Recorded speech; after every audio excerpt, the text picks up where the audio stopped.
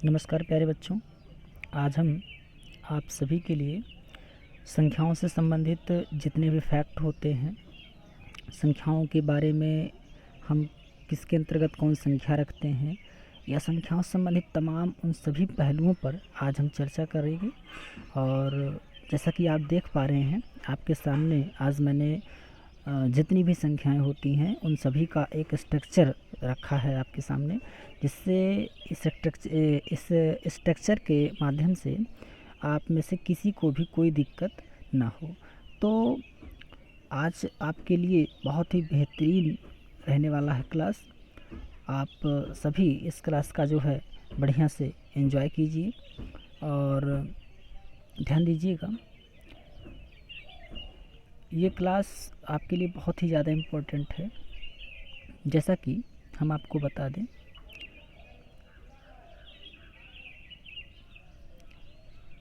आप देखें तो ऊपर लिखा है वास्तविक संख्या।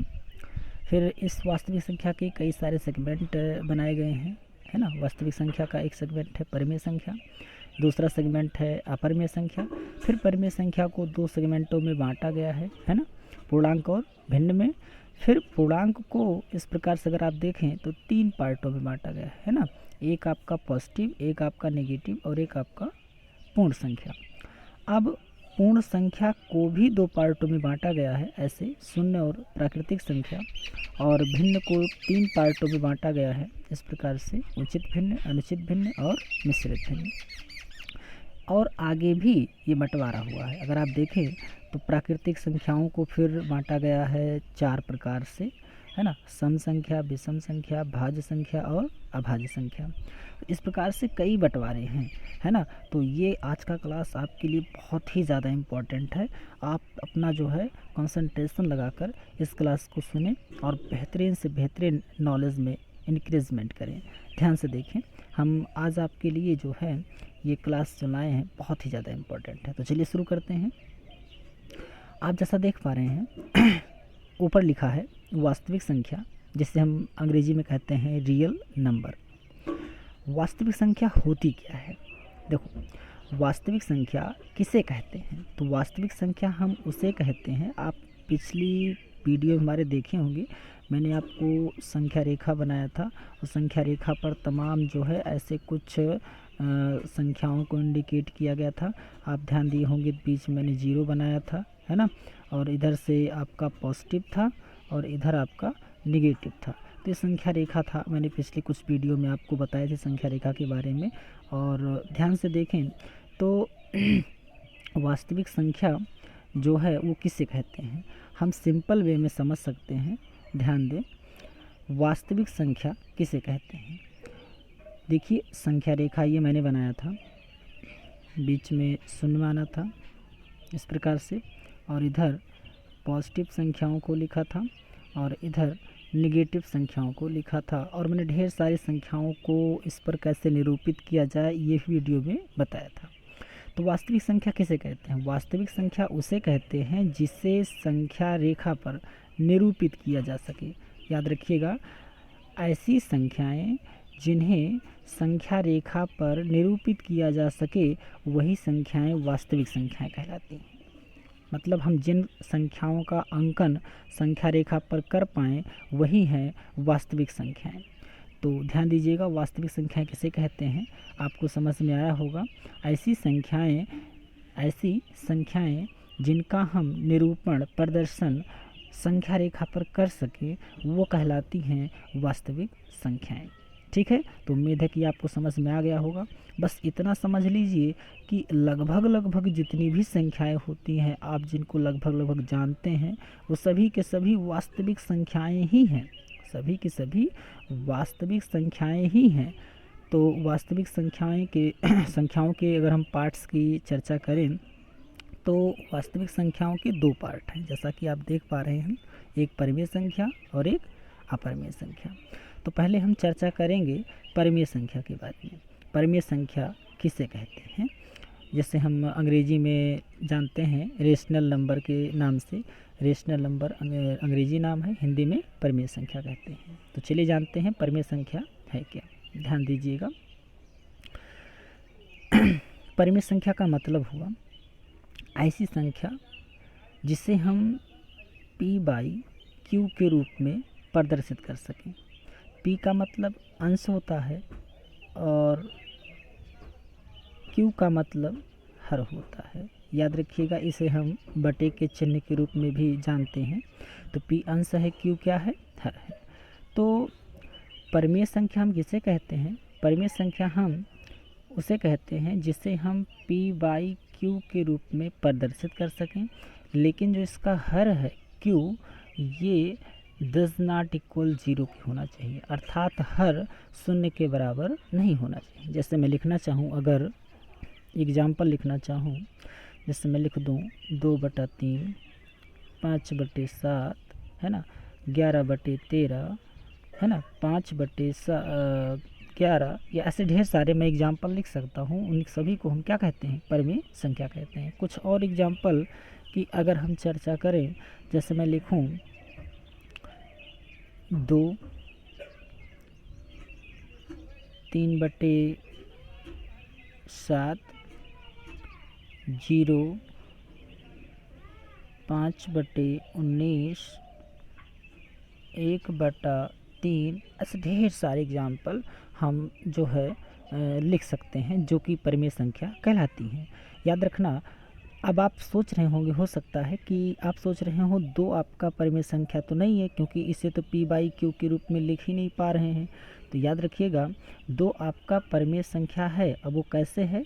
आप 2 को 2/1 लिख सकते हैं। तो ये आपका p बन गया और ये आपका q बन गया, यानी ये आपका बन गया p बाई क्यू मॉड। तो इस प्रकार से 3/7 तो आपका p बाई क्यू के रूप में है ही, और आपका 0। रही बात 0 की, तो 0 को भी देख लेते हैं। 0, याद रखिएगा, 0 को हम बटा 1 लगा सकते हैं। तो 0 क्या हो गया? p हो गया, अर्थात अंश हो गया। और q 1 क्या हो गया? हर हो गया, अर्थात क्या हो गया? q हो गया। तो ये भी तो p बाई क्यू के रूप में लिखा जा रहा है। तो 0 भी आपका क्या है? 0 भी आपका परिमेय संख्या है। अब थोड़ी सी इसकी मिसअंडरस्टैंडिंग होती है, मैं आपको कुछ बता दूं। जैसे 0 है, इसको मैंने बोला 0/2, 0/3, 0/7, 0 कुछ भी लगा देते हैं, तो ये आपका परिमेय संख्या बन जाता है। लेकिन मैं अगर 0 को हर में रख दूं, 0 को हर में रख दूं, p बाई 0 कर दूं, तो ये आपका अब परिमेय संख्या नहीं है।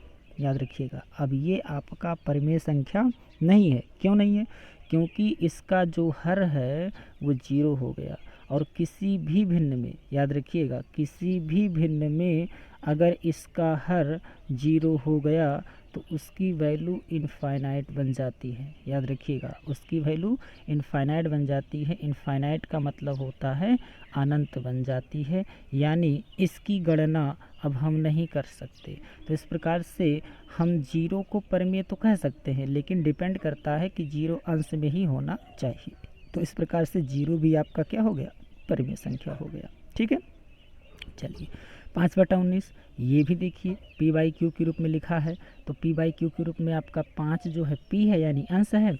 19 आपका q है, यानी क्या है? हर है। तो 5/19 भी p बाई क्यू के रूप में लिखा है। तो इस प्रकार से ये भी एक परिमेय संख्या हो गई। आगे देख लेते हैं। आगे हमारा लिखा है 1 लिखा है। 1 को 1/1 तो बना ही सकते हैं। तो 1 आपका क्या बन गया? अंश, और ये 1 आपका बन गया क्या? हर, यानी इसे भी तो p बाई क्यू के रूप में लिख पा रहे हैं। तो यहाँ भी ये आपका क्या हो गया? परिमेय संख्या हो गया। याद रखिएगा, हम परिमेय संख्या उसे कहते हैं जिसे हम p बाई क्यू के रूप में लिख सकें, लेकिन ये जो हर है q, ये डज नॉट इक्वल 0 होना चाहिए, अर्थात कहने का मतलब हर आपका शून्य नहीं होना चाहिए। तो इस प्रकार से ऐसी संख्या जिसे हम p बाई क्यू के रूप में लिख पाएँ, लेकिन हर यानी q 0 ना हो, तो उसे हम क्या कहते हैं?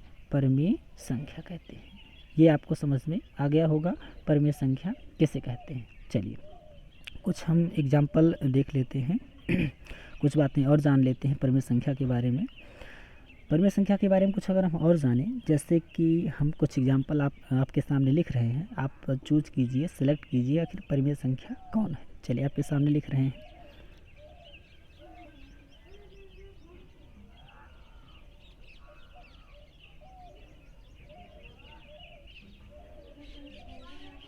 आप देखते जाइएगा कौन कौन परिमेय संख्या है, अपने दिमाग में लेते जाइएगा, फिर हम भी लास्ट में बताते हैं।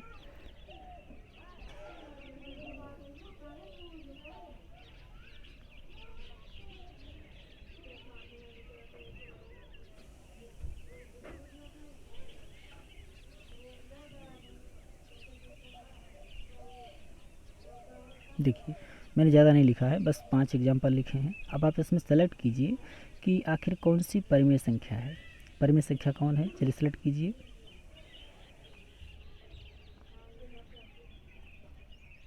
चलिए देखते हैं, ये आपका देखिए पहला एग्जाम्पल है 2/1 लिखा है।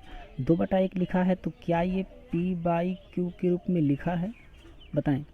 लिखा है, p/q के रूप में लिखा है। क्यों लिखा है? क्योंकि p आपका 2 है, q आपका 1 है, यानी दोनों अंश और हर दोनों पूर्णांक हैं।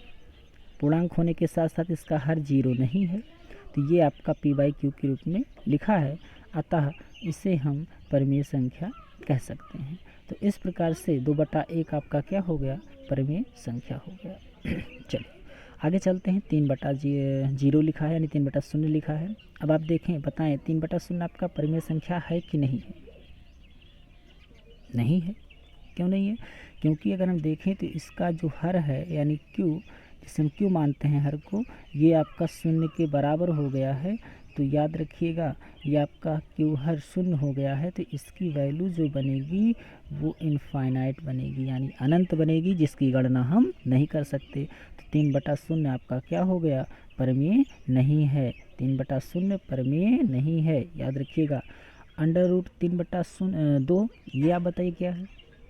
ये भी परिमेय नहीं है। क्यों नहीं है?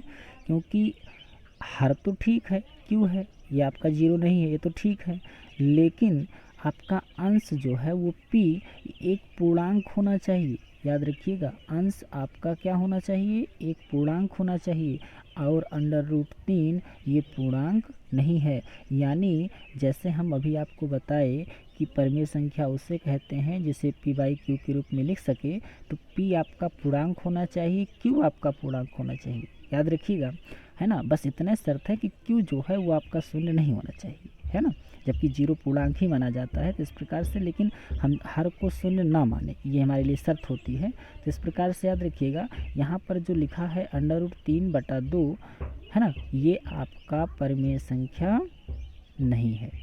क्यों नहीं है पता चला? क्यों? क्योंकि ये आपका अंश क्या है, पूर्णांक नहीं है। ठीक है, आगे चलते हैं। अगला लिखा है 0/5। 0/5 में अंश आपका क्या है बताइए?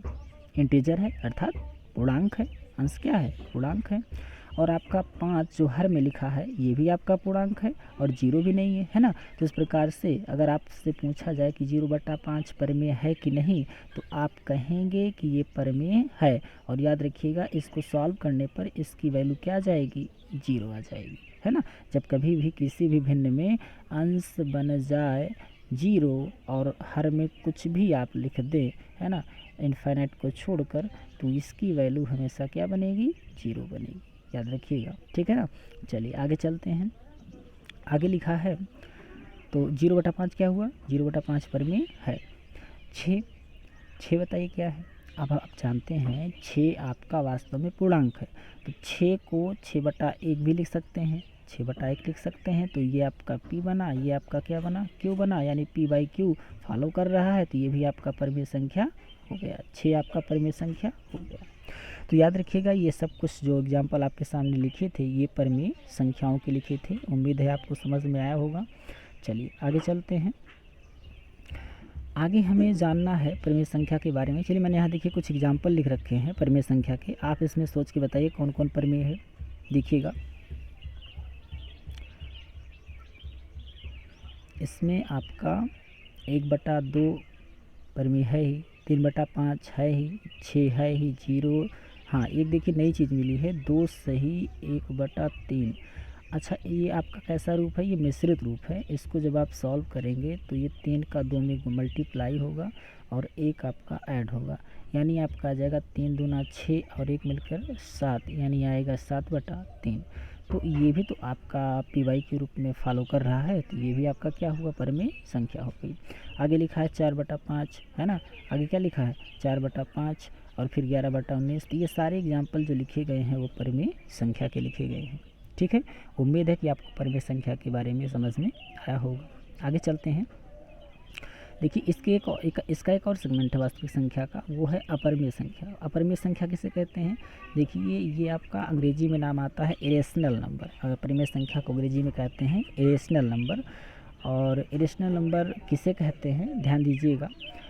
जैसे आपका एग्जाम्पल मैं लिख दूँ, √2, √3, √4 नहीं होगा, √5, √7, समझ पा रहे हैं, और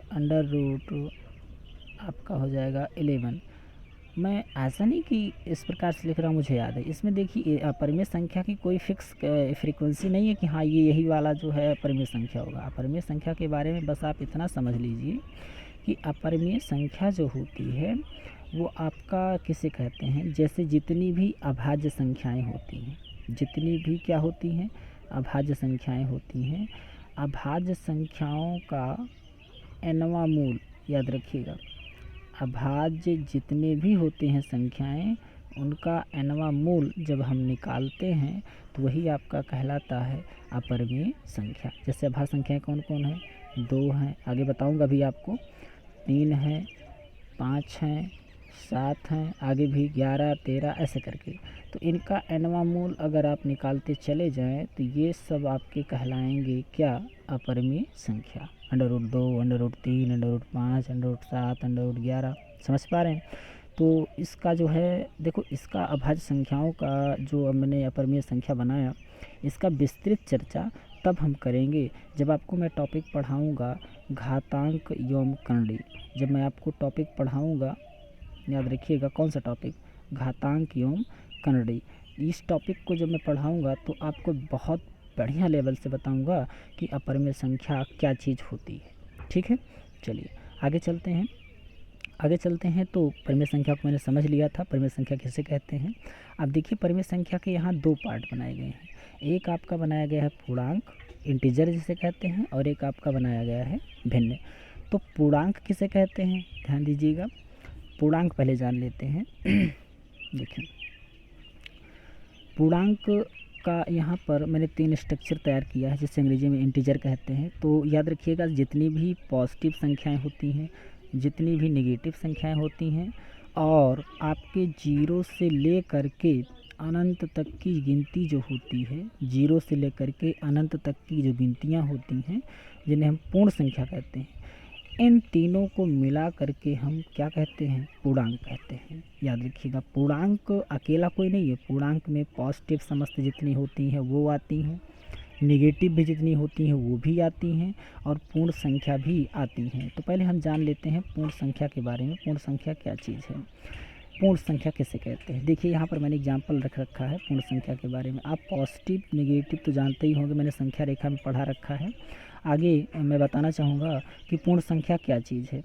पूर्ण संख्या को अंग्रेजी में कहते हैं होल नंबर। क्या कहते हैं, होल नंबर, अंग्रेजी में होल नंबर कहते हैं पूर्ण संख्या। तो इसको हम किसी पूर्ण संख्या को कैसे हम जो है समझेंगे, ध्यान दीजिएगा। पूर्ण संख्या का मतलब हुआ कि इसकी स्टार्टिंग, इसमें जो संख्याएं होती हैं उसकी स्टार्टिंग 0 से होती है। आप देख पा रहे हैं, मैंने एग्जाम्पल यहाँ तक लिख भी रखा है, 0, 1, 2, 3, 4 डॉट डॉट डॉट डॉट आगे अनंत, कोई आगे का अंत नहीं है, है ना। तो 0 से लेकर के आगे की कंटिन्यू जितनी भी संख्याएं आपको मिलेंगी, ये सब जैसे 0, 1, 2, 3, 4, 5, 6, 7, 8, 9, 10, 11, 12, है ना, 13, 14, 15, 16, 17, आगे अनंत, कोई अंत नहीं है इसका। तो ये सभी संख्याएं पूर्ण संख्याएं कहलाती हैं। आपको कुछ पता होगा कि प्राचीन समय में पूर्ण संख्याओं की खोज नहीं हुई थी। प्राचीन समय में प्राकृतिक संख्याओं खोजी, अर्थात कहने का मतलब गिनतियाँ फिक्स थी। जीरो की खोज तो भारत ने बाद में की थी, है ना, आप लोगों को पता होगा। तो पूर्ण संख्या की स्टार्टिंग कहाँ से होती है?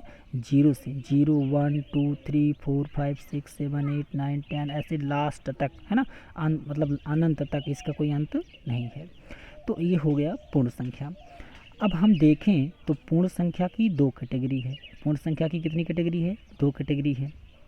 एक कैटेगरी है आपका शून्य और एक कैटेगरी है प्राकृतिक संख्या। देखिए, पहले जो संख्याओं की खोज हुई थी बहुत प्राचीन समय में, वो था प्राकृतिक संख्या।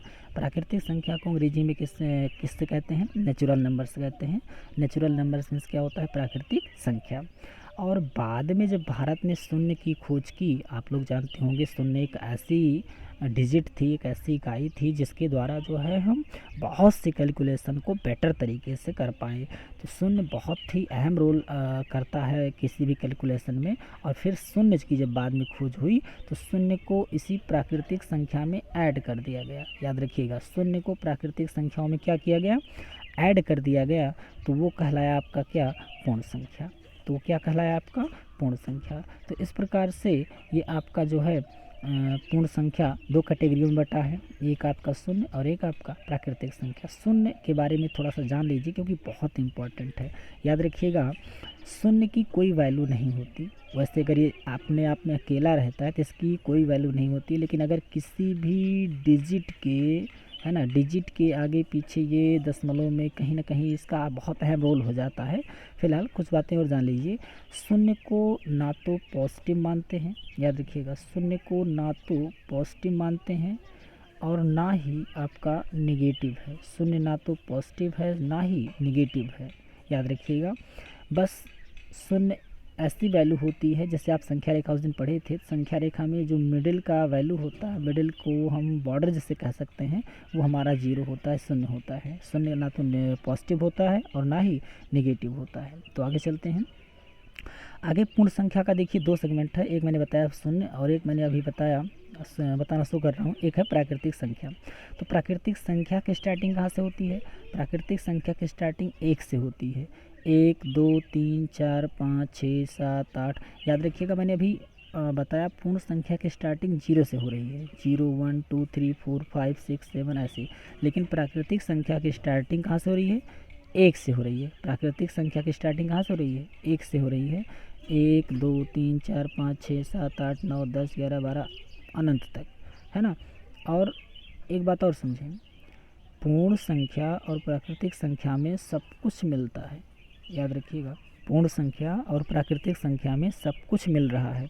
बस क्या अंतर है कि प्राकृतिक संख्या में शून्य समाहित नहीं है और पूर्ण संख्या में शून्य समाहित है। अर्थात जब हम पूर्ण संख्या की काउंटिंग शुरू करते हैं तो जीरो से करते हैं, और जब प्राकृतिक संख्या की काउंटिंग करते हैं तो कहाँ से करते हैं? एक से करते हैं। याद रखिएगा, यहाँ एक से करते हैं, यहाँ जीरो से करते हैं।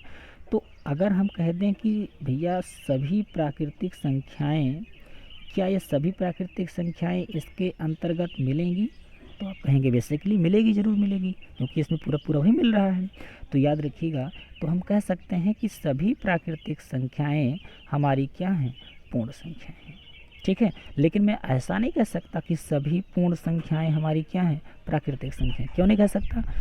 क्योंकि ये जीरो जो है ये अड़चन पैदा कर रहा है। बाकी सब तो मैच कर रहे हैं लेकिन जीरो नहीं मैच कर रहा है। तो इस प्रकार से हम एक चीज़ ये जान पाए कि सभी प्राकृतिक संख्याएं जो हैं ये क्या हैं? पूर्ण संख्याएं हैं, लेकिन सभी पूर्ण संख्याएं प्राकृतिक नहीं हैं। ठीक है, तो इस प्रकार से आप जान पा रहे हैं कि प्राकृतिक संख्याएं किसे कहते हैं। अब हम और आगे चलना चाहेंगे। प्राकृतिक संख्याओं का देखिए मैंने 4 सेगमेंट किया है आपको समझाने के लिए। सॉरी, 4 सेगमेंट इसके कौन कौन है? इसके देखिए पहले सेगमेंट है सम संख्या, और इसका दूसरा सेगमेंट है विषम संख्या, तीसरा सेगमेंट आपका यहाँ बनाया गया है, सॉरी, तीसरा सेगमेंट है ये आपका भाज्य संख्या, और चौथा सेगमेंट है अभाज्य संख्या। तो एक एक करके इसको भी जान लेते हैं कि प्राकृतिक संख्याओं की जो 4 सेगमेंट हैं ये क्या क्या चीज़ हैं आखिर में। तो सबसे पहले हम चर्चा कर लेते हैं सम संख्या के बारे में। देखिए दिल्ली में नियम लगा था, आप लोग जानते होंगे, ऑड और इवन का, है ना। ऑड और इवन का नियम लगा था, दिल्ली में प्रदूषण ज़्यादा हो गया था, इसलिए वहाँ की गाड़ियों में ऑड इवन का रूल लगाया गया था, जिससे एक दिन ऑड की गाड़ियाँ चलेगी, ऑड नंबर प्लेट की, और एक दिन इवन नंबर प्लेट की गाड़ियाँ चलेंगी। ये नियम लगाया गया था दिल्ली में। फ़िलहाल मैं अपनी बातों को आगे बढ़ाता हूँ। सम संख्या को अंग्रेजी में कहते हैं इवन नंबर। सम संख्या को अंग्रेजी में क्या कहते हैं? Even number. और विषम संख्या को क्या कहते हैं? Odd number. सम संख्या जैसे आप देखिए 2, 4, 6, 8, 10, 12, ऐसे आगे भी, मतलब 2-2 का डिफरेंस अगर आप देखें तो हो रहा है। 2-2 का डिफरेंस अगर बनता जाता है तो इस प्रकार से सम संख्याएँ अगली प्राप्त होती जाती हैं। लेकिन हमें प्रथम सम संख्या ध्यान से देखना है। हमारी जो प्रथम सम संख्या है वो कौन है? हमारी प्रथम सम संख्या कौन है? 2 है। वास्तव में पॉजिटिव में अगर प्रथम सम संख्या पूछी जाए सॉरी पॉजिटिव में अगर प्रथम सम संख्या पूछी जाए तो 2 है। फिर अगली सम संख्या निकालने के लिए हम 2 को ऐड करते जाएंगे। तो प्रथम सम संख्या कौन हुई? प्रथम सम संख्या वास्तव में अगर पॉजिटिव में पूछी, जैसे हम धनात्मक भी कह देते हैं, तो प्रथम धनात्मक जो सम संख्या है वो 2 है। और अगली 4, फिर 6, फिर 8, फिर 10, फिर 12, 14, 16, 18, 20, ऐसे आगे भी मिलती जाएंगी। तो एक चीज़ और ध्यान दीजिएगा, यहाँ पर सम संख्या के लिए एक रूल फॉलो होता है। अगर मैं प्रथम सम संख्या x मान लूँ तो अगली सम संख्या 2 जुड़ जाएगी, 2 बढ़ जाएगी, x + 2 हो जाएगा। अगली सम संख्या अगर हम देखें तो हमारी हो जाएगी, फिर 2 जुड़ेगा तो x + 4 बनाएगा, फिर अगला में x + 6 बनाएगा, फिर x + कितना 8 बनाएगा, फिर ऐसे भी आगे हम बढ़ा सकते हैं। तो ये सम संख्या का एक फॉर्मेट प्राप्त हुआ, जिसको हम कभी कभी प्रश्नों में इस्तेमाल करते हैं, है ना, वैसे किसी वैल्यूएशन को निकालने के लिए। तो सम संख्या किसे कहते हैं? सम संख्या आपका प्रथम 2 है और इसमें अगली सम संख्या निकालने के लिए 2-2 जोड़ते चले जाते हैं। यानी सम संख्या का एग्जाम्पल देखिए यहाँ लिखा गया है, क्या लिखा गया है? 0, फिर क्या लिखा है? 2, फिर 4, फिर 6, फिर 8, फिर 10, फिर 12, फिर आगे भी मिलेगा, क्या मिलेगा? 12 के बाद 14, फिर 16, ऐसे करके। तो ये है सम संख्या। यहाँ एक नई चीज़ आपको देखने को मिल रही होगी कि ये 0 कहाँ से आ गया। ध्यान देना, यहाँ पर आपको देखने को मिल रहा होगा कि ये 0 कहाँ से आ गया। याद रखिएगा, 0 को भी हम सम संख्या मानते हैं। सम संख्याओं का जो रूल होता है, उसी रूल के हिसाब से अगर तार्किक बातों को देखा जाए तो 0 भी आपका सम संख्या माना जाता है। इसकी चर्चा हम अगले वीडियो में करेंगे। चलिए आगे चलते हैं। आगे हमें पढ़ना है विषम संख्या के बारे में। विषम संख्या क्या है? आप देख पा रहे हैं विषम संख्या को अंग्रेजी में किससे इंडिकेट किया जाता है? ऑड नंबर से। और विषम संख्या की स्टार्टिंग कहाँ से होती है? अगर पॉजिटिव विषम संख्या की बात की जाए तो प्रथम धनात्मक विषम संख्या कौन है? 1 है, फिर अगली 3 है, फिर 5 है, फिर 7 है, फिर 9 है। इसमें भी वही हाल है जो सम संख्या का था कि 2-2 का डिफरेंस हो कि ये भी चलता है। लेकिन याद रखिएगा, सम संख्या की स्टार्टिंग कहाँ से थी? पॉजिटिव सम संख्या की स्टार्टिंग कहाँ से थी? 2 से, फिर है ना, इससे थी, 2 से स्टार्टिंग थी। लेकिन ये प्रथम जो विषम धनात्मक संख्या है उसकी स्टार्टिंग कहाँ से है? 1 से है। तो याद रखिएगा, तो इस प्रकार से यहाँ पर प्रथम विषम संख्या जो है वो कौन है? 1 है, फिर 3 है, फिर 5 है, फिर 7 है, फिर 9 है, फिर 11 है, फिर 13 है, ऐसे 15, 17, है ना, इस प्रकार से आता जाएगा। तो यहाँ पर मैं अगर आपसे पूछ लूँ कि 9 क्या है तो आप कहेंगे विषम संख्या, है ना। अगर मैं पूछ लूँ प्रथम विषम संख्या कौन है, तो प्रथम विषम संख्या वास्तव में डिक्लेयर नहीं हो सकता जब तक धनात्मक या ऋणात्मक ना कहा जाए। तो सबसे पहले मैं आपसे कहूँ कि प्रथम पॉजिटिव विषम संख्या कौन है, तो आप कहेंगे कौन? 1। फिर अगली पॉजिटिव विषम संख्या कौन है? 3। फिर ऐसे करके अगर पॉजिटिव में निकाला जाए तो इस प्रकार से 1, 3, 5, 7, 9, 11, 13 ये विषम संख्याएँ हैं। अभी मैंने विषम संख्या के पहले सम संख्या पढ़ा था। सम संख्या में मैंने सीखा था कि जो सम संख्याओं का फॉर्मेट होता है वो होता है क्या? x होता है, अगला x + 2 होता है, और अगला x + 4 होता है, और अगला x + 6 होता है। आगे भी इसी प्रकार मिलते जाते हैं। तो ये आपका जो विषम संख्या का फॉर्मेट है वो भी यही रहेगा। याद रखिएगा, जो सम संख्या का फॉर्मेट था वही विषम संख्या का भी फॉर्मेट रहेगा, क्योंकि यहाँ भी दो दो की ही गैपिंग होती है और सम संख्या में भी दो दो की ही गैपिंग होती है। जो कभी विषम संख्या आपको मानना हो तो इस फॉर्मेट से मान सकते हैं, और अगर सम संख्या मानना हो तो भी इसी फॉर्मेट से मान सकते हैं, है ना। चलिए आगे चलते हैं। तो अगर मैं यहाँ पर एक दो क्वेश्चन आपसे पूछ लूँ कि प्रथम धनात्मक सम संख्या कौन है, तो आप क्या कहेंगे उत्तर? प्रथम धनात्मक सम संख्या कौन है, तो कौन है? 2 है, याद रखिएगा। लेकिन अगर पूछ लिया जाए कि प्रथम सम संख्या कौन है, तो प्रथम सम संख्या आपका ये 0 से स्टार्ट है, याद रखिएगा। और प्रथम विषम संख्या अगर आपसे पूछा जाए तो 0 नहीं है, 1 है। अंत किसी का नहीं है, याद रखिएगा, लास्ट में किसी का नहीं है। जैसे मैं पूछ लूँ कि भैया बताओ विषम संख्या का अंतिम कौन होगा, अंत में सबसे लास्ट में विषम संख्या कौन प्राप्त होगी, तो लास्ट में कोई भी विषम संख्या प्राप्त नहीं होगी, लास्ट में सम भी कोई प्राप्त नहीं होगा। सम का लास्ट अनंत है, विषम का भी लास्ट क्या है, अनंत है, लास्ट में कोई भी संख्या नहीं प्राप्त होगी। तो आगे चलते हैं आगे हम समझते हैं आखिर में। एक मिनट ध्यान दीजिएगा, अभी एक पॉइंट इसमें छूट रहा है भिन्न का। अभी भिन्न की चर्चा हम लास्ट में करते हैं, पहले हम इस सेगमेंट को पूरा कर लेते हैं, ठीक है। तो आगे हमें समझना है कि भाज्य संख्या किसे कहते हैं। भाज्य संख्या किसे कहते हैं? भाज्य संख्या को अंग्रेजी में हम डिविजिबल से इंडिकेट करते हैं, डिविजिबल संख्याएं उसे हम भाज्य संख्या कहते हैं। जैसे मैं कुछ एग्जाम्पल लेना चाहूँ, मैं कहूँ कि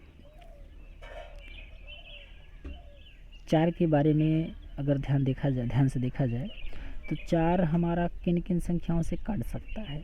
4 हमारा 1 से कटेगा, 2 से कटेगा और स्वयं 4 से कटेगा, है ना। तो इस प्रकार से 4 कुल कितनी संख्याओं से कटा? 3 संख्याओं से कटा। कौन कौन? 1 फिर 2 फिर 4, 3 संख्याओं से कटा। तो इसके कितने जो है अपवर्त हो गए? 3 हो गए। यानी इसके जो फैक्टर बने डिविजिबल के, वो 3 फैक्टर बने, है ना। और भी कुछ एग्जांपल ले लेते हैं। जैसे इसमें अगर आप देखें तो आपका अगला एग्जांपल लिखा है 6 लिखा है। अब बताएं 6 किन संख्या से कटेगा? 1 से कटेगा, फिर कैसे कटेगा? 2 से कटेगा, फिर 3 से, फिर डायरेक्टली 6 से। तो इसके कितने यहाँ पर गुणनखंड बने? इसके गुणनखंड 4 बने, है ना। तो याद रखिएगा यहाँ पर एक रूल बन जाता है कि भाज्य संख्याएं किसे कहते हैं।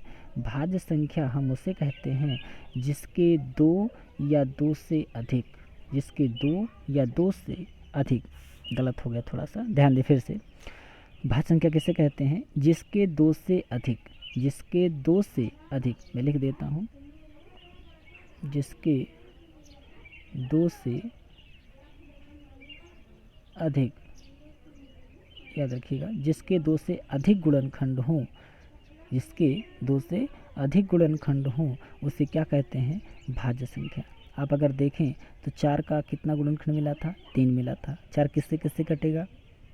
1 से, 2 से और स्वयं 4 से। तो इसके कितने गुणनखंड हो गए? 3। मतलब 2 से ज़्यादा गुणनखंड होगा तभी वो भाज्य संख्या कहलाएगा। यहाँ पर सम विषम का कोई मतलब नहीं है, यहाँ पर मतलब है भाज्य संख्या में कि उसके जो गुणनखंड बनने चाहिए, उसके जो डिविजिबल संख्याएं बननी चाहिए, वो 3 या 3 से अधिक, है ना, बननी चाहिए। जैसा कि मैं कुछ और बताऊं, मैं एक और एग्जांपल ले लेता हूं, इसी में से 9 ले लेता हूं, ध्यान दीजिएगा। मैं इसी में से एक एग्जांपल लेता हूं 9। अब 9 किस किस संख्या से कटेगा? 1 से कटेगा ही, फिर 3 से कटेगा, फिर 9 से कटेगा।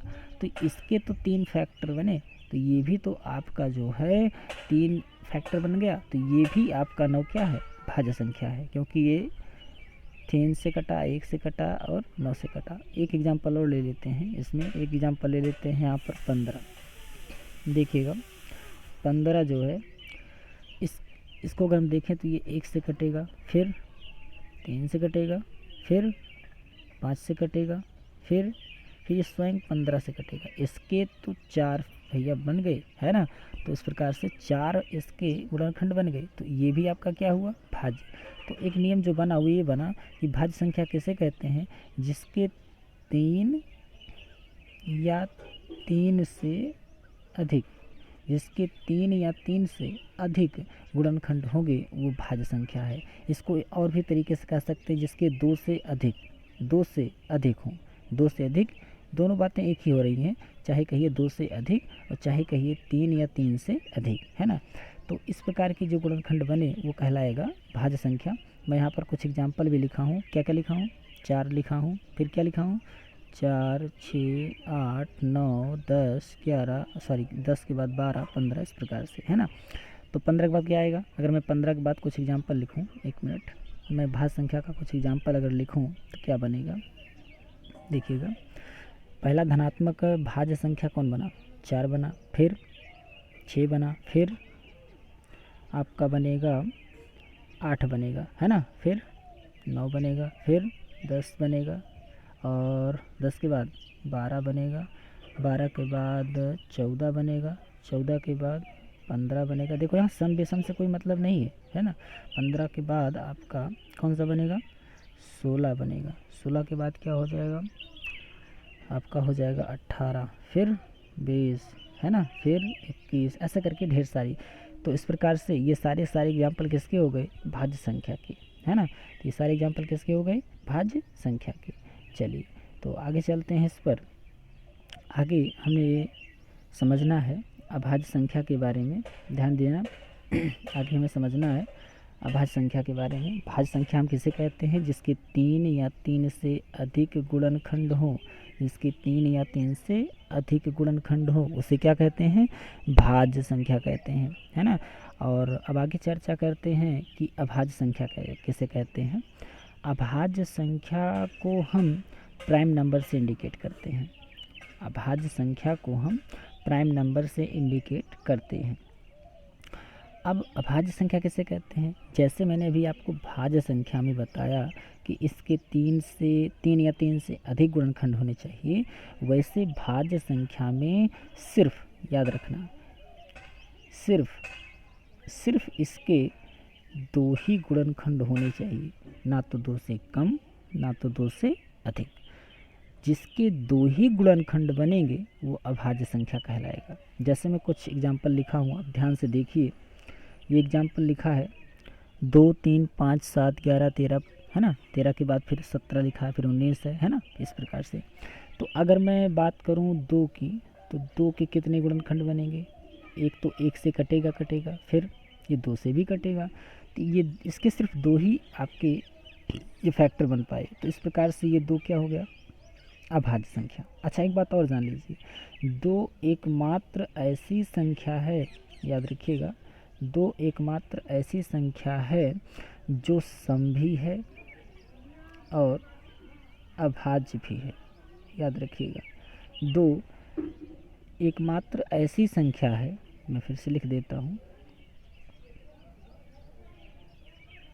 2 एकमात्र ऐसी संख्या है जो सम भी है और क्या है? अभाज्य है। बाकी जितनी भी अभाज्य संख्याएं आपको मिलेंगी वो सम नहीं होंगी, वो विषम ही होंगी। लेकिन 2 एक ऐसा सम संख्या है जो क्या है? अभाज्य है। इसके बहुत क्वेश्चन पूछे जाते हैं कि प्रथम सम अभाज्य संख्या कौन है? तो कौन है? 2 है। या प्रथम अभाज्य धनात्मक संख्या कौन है? 2 है। तो याद रखिएगा, इसके क्वेश्चन कई प्रकार से पूछे जाते हैं। तो प्रथम जो अभाज्य संख्या है वो कौन है? 2 है ना। अच्छा, आगे एक एग्जाम्पल अगला लिखा है इसने, क्या? 3। अब देख लेते हैं। 3 1 से भी कटेगा और 3 से भी कटेगा, 1 से भी कटेगा और 3 से भी कटेगा। तो इसके कितने गुणनखंड हुए? इसके गुणनखंड हुए 2, 1 और 3। आगे हम एग्जाम्पल ले लेते हैं अगला 5। तो 5 अगर हम एग्जाम्पल लें 5 वाले को, तो 5 भी 1 से कटेगा और स्वयं 5 से कटेगा। अच्छा, यहाँ आगे भी अगर मैं एग्जाम्पल लूँ 7 की, तो 7 भी 1 से कटेगा, 7 से कटेगा। 11 1 से कटेगा और स्वयं 11 से कटेगा। तो ऐसे जितनी भी संख्याएं हैं वो 1 से कट रही हैं और स्वयं से कट रही हैं। तो ऐसी संख्याएं जिसे हम 1 से डिवाइड कर सकें और स्वयं से डिवाइड कर सकें, वो आपका क्या कहलाता है? अभाज्य संख्या। वो क्या कहलाता है? अभाज्य संख्या। जो 1 से भी कटे और स्वयं से भी कटे वो अभाज्य संख्या कहलाता है। ठीक है। तो यहाँ पर एक छोटी सी मिसअंडरस्टैंडिंग होती है, मैं आपको बताता हूँ आखिर क्या मिसअंडरस्टैंडिंग होती है। अब मैं यहाँ जैसे ले लूँ, अभी 1 ले लूँ, एक आपका एक से कटेगा और स्वयं की बात करें फिर वही आ गया, स्वयं की बात करें तो फिर वही आ गया। तो यहाँ पर कुछ लोगों को गलती होती है कि एक को वो बोल देते हैं प्राइम नंबर, एक को क्या बोल देते हैं, प्राइम नंबर बोल देते हैं, जो कि क्या है, गलत है। एक आपका अभाज्य संख्या नहीं है, याद रखिएगा, एक आपका अभाज्य संख्या नहीं है। क्यों नहीं है? क्योंकि एक के पास सिर्फ एक ही गुणनखंड है, इसके अलावा कोई नहीं है। और जबकि अभाज्य संख्या के लिए रूल बना कि इसके सिर्फ कितने गुणनखंड होने चाहिए, 2 गुणनखंड होने चाहिए। तो जिस भी संख्या के सिर्फ 2 ही गुणनखंड होंगे, ना तो 2 से ज़्यादा ना तो 2 से कम, वही अभाज्य संख्या कहलाएगा, बाकी आगे नहीं कहलाएगा। ठीक है, मैं कुछ और बातें कह दूं कि अभाज्य संख्या में अगर मैं 1 से लेकर, ध्यान दें, अभाज्य संख्या के लिए अगर मैं कह दूं कि 1 से लेकर 100 के बीच में कितनी अभाज्य संख्याएं हैं, तो ये शायद 1 से 100 के बीच में 25 अभाज्य संख्याएं हैं। 1 से 100 के बीच में 25, नियर अबाउट शायद 25 ही हैं, आप चेक कर लीजिएगा, लगभग 25 ही हैं। तो 25 अभाज्य संख्याएं हैं और इनके बहुत क्वेश्चन भी बनाए जाते हैं इन अभाज्य संख्याओं के, है ना। तो याद रखिएगा, मैं कुछ अभाज्य संख्याओं को लिख देता हूँ आपके सामने, देखिएगा। जैसे मैं कुछ अभाज्य संख्याओं को लिखूँ तो पहला तो आपका बन गया 2, है ना, पहला तो आपका बन गया क्या, 2, फिर 3, फिर 5, फिर 7, फिर 9 नहीं होगा, फिर क्या होगा, 11 होगा, फिर 13 होगा, फिर इसके बाद 17, है ना, और 17 के बाद क्या होगा, 19 होगा, है ना। 19 के बाद क्या होगा, 19 के बाद होगा 23, 23 के बाद होगा आपका 29, है ना, और 29 के बाद क्या होगा, 31 होगा, 31 के बाद 37 होगा, है ना, 37 के बाद होगा 41 होगा, है ना, 41 के बाद 43 होगा, 43 के बाद होगा 47। ऐसे आगे भी इस प्रकार से आप अभाज्य संख्याओं को देख सकते हैं। तो याद रखिएगा, ये आपके लिए जो ये आज का मैंने टॉपिक लाया था ये बहुत ही इम्पोर्टेंट है, जिसमें आपने सीखा कि वास्तविक संख्याएं किसे कहते हैं और परिमेय संख्या किसे कहते हैं, परिमेय किसे कहते हैं, पूर्णांक के अंतर्गत भिन्न भी अधूरा रह गया है, भिन्न को भी बता रहे हैं। और आपने सीखा पूर्ण संख्या के बारे में, फिर शून्य, फिर प्राकृतिक, है ना, सम, विषम, भाज्य और अभाज्य, इन सभी संख्याओं के बारे में आपने सीख लिया। तो याद रखिएगा, आप कभी भी अगर इस डायग्राम में जब आप नीचे से ऊपर जाएंगे सभी के पक्ष में, तो वो आपका सही होगा। लेकिन अगर आप ऊपर से नीचे आते हैं तो आपका क्या होगा, गलत होगा। ये मेरे कहने का मतलब शायद आपको समझ में नहीं आया हो, मैं एक बार फिर से बताऊं। मेरा कहने का मतलब ये है कि जैसे आप कहें कि सभी सम संख्याएं प्राकृतिक हैं, सभी सम संख्याएं क्या हैं, प्राकृतिक हैं, तो आप कहाँ से जा रहे हैं, नीचे से, कहाँ, ऊपर। सभी सम संख्याएं क्या हैं, प्राकृतिक, तो आप नीचे से ऊपर जा रहे हैं सभी के पक्ष में, तो ये आपका क्या होगा, सही है। ठीक है, लेकिन अगर आपसे ये कह दिया जाए कि सभी प्राकृतिक संख्याएं क्या हैं, सम है, तो सभी प्राकृतिक संख्याएं आप ऊपर हो गए और सम फिर नीचे हो गया। सभी प्राकृतिक संख्याएं सम होती हैं, आप ऊपर से नीचे चल रहे हैं, तो ये आपका क्या होगा, गलत हो गया। ठीक है ना। तो याद रखिएगा, इस पक्ष में आप कभी भी जब इसको ध्यान देंगे तो नीचे से ऊपर के चलने के संदर्भ में ये सही होता है, लेकिन ऊपर से नीचे के चलने के संदर्भ में क्या होता है, गलत होता है। मैं कुछ ऐसे बातें आपके सामने पेश कर दूं। मैं कह दूं सभी विषम संख्याएं प्राकृतिक होती हैं, सभी विषम संख्याएं प्राकृतिक होती हैं। अब सभी विषम संख्याएं प्राकृतिक होती हैं, ये मेरा कहने का मतलब मैं नीचे से ऊपर चल रहा हूँ, पहले विषम आया फिर प्राकृतिक आया, तो ये आपका क्या हो गया, सही हो गया, क्योंकि मैंने बोला था नीचे से ऊपर जाएंगे तो क्या हो जाएगा, सही हो जाएगा। अब मैं अगर और बात करूँ, मैं ये कह दूँ कि सभी पूर्ण संख्याएँ परिमेय होती हैं, सभी पूर्ण संख्याएँ परिमेय होती हैं, तब भी मैं नीचे से ऊपर जा रहा हूँ, तो ये भी क्या हो जाएगा, सही। मैं कह दूँ सभी परिमेय संख्याएँ प्राकृतिक होती हैं, ये क्या हो गया, गलत। क्यों गलत हो गया? क्योंकि मैं ऊपर से नीचे आ रहा हूँ। तो याद रखिएगा ये संदर्भ बहुत इंपॉर्टेंट है। तो कभी भी अगर आप ऊपर से नीचे चलेंगे तो गलत होगा, नीचे से ऊपर चलेंगे तो क्या होगा, सही होगा। ठीक है, छोटी सी बात और समझ लेते हैं इसमें और बात ये समझनी है कि भिन्न के बारे में देख लेते हैं। भिन्न, भिन्न कैसे कहते हैं? भिन्न को याद रखिएगा हम अपूर्णांक भी कहते हैं। भिन्न को क्या कहते हैं? अपूर्णांक भी कहते हैं। अपूर्णांक का मतलब होता है जो पूर्ण ना हो, जैसे 1.5 है ना, 2.5 है ना, या फिर 0.5 है ना, या 7.5 या फिर 0.002 है ना। इस प्रकार से ढेर सारे जो एग्जाम्पल हैं ये अपूर्णांक के हैं। इसमें पूर्णांक वैल्यू नहीं है, पूर्णांक तो है लेकिन अपूर्णांक भी समाहित है, इसलिए इस पूरे टोटल को अपूर्णांक ही हम कह देते हैं। तो इसका जो फ्रैक्शन होता है आप देखें, इसका फ्रैक्शन कभी भी जो प्राप्त होगा उसको हल करने पर हमेशा यही वैल्यू प्राप्त होगी, अपूर्णांक वाली ही वैल्यू प्राप्त होगी। जैसे मैं कह दूं 1/2, ये बताइए भिन्न है कि नहीं? तो ये भिन्न है क्योंकि इसको हल करने पर मेरी वैल्यू आएगी 0.5, जो कि क्या है, अपूर्णांक है। तो ऐसे को हम क्या बोल देते हैं, भिन्न बोल देते हैं। जिसकी वैल्यू क्या हो, अपूर्ण हो, जिसकी वैल्यू क्या हो, अपूर्ण हो, उसे हम क्या बोल देते हैं, भिन्न बोल देते हैं। चलिए आगे चलते हैं। तो इसमें याद रखिएगा जो भिन्न होता है वो अपूर्णांक वैल्यू को शो करता है। जैसे आप जितने भी एग्जाम्पल यहाँ देखिए लिखे हैं वो सभी के सभी क्या हैं, भिन्न हैं। अब मैं आपको और बता दूं कि भिन्न 3 कैटेगरी का होता है, एक उचित, एक अनुचित और एक मिश्रित।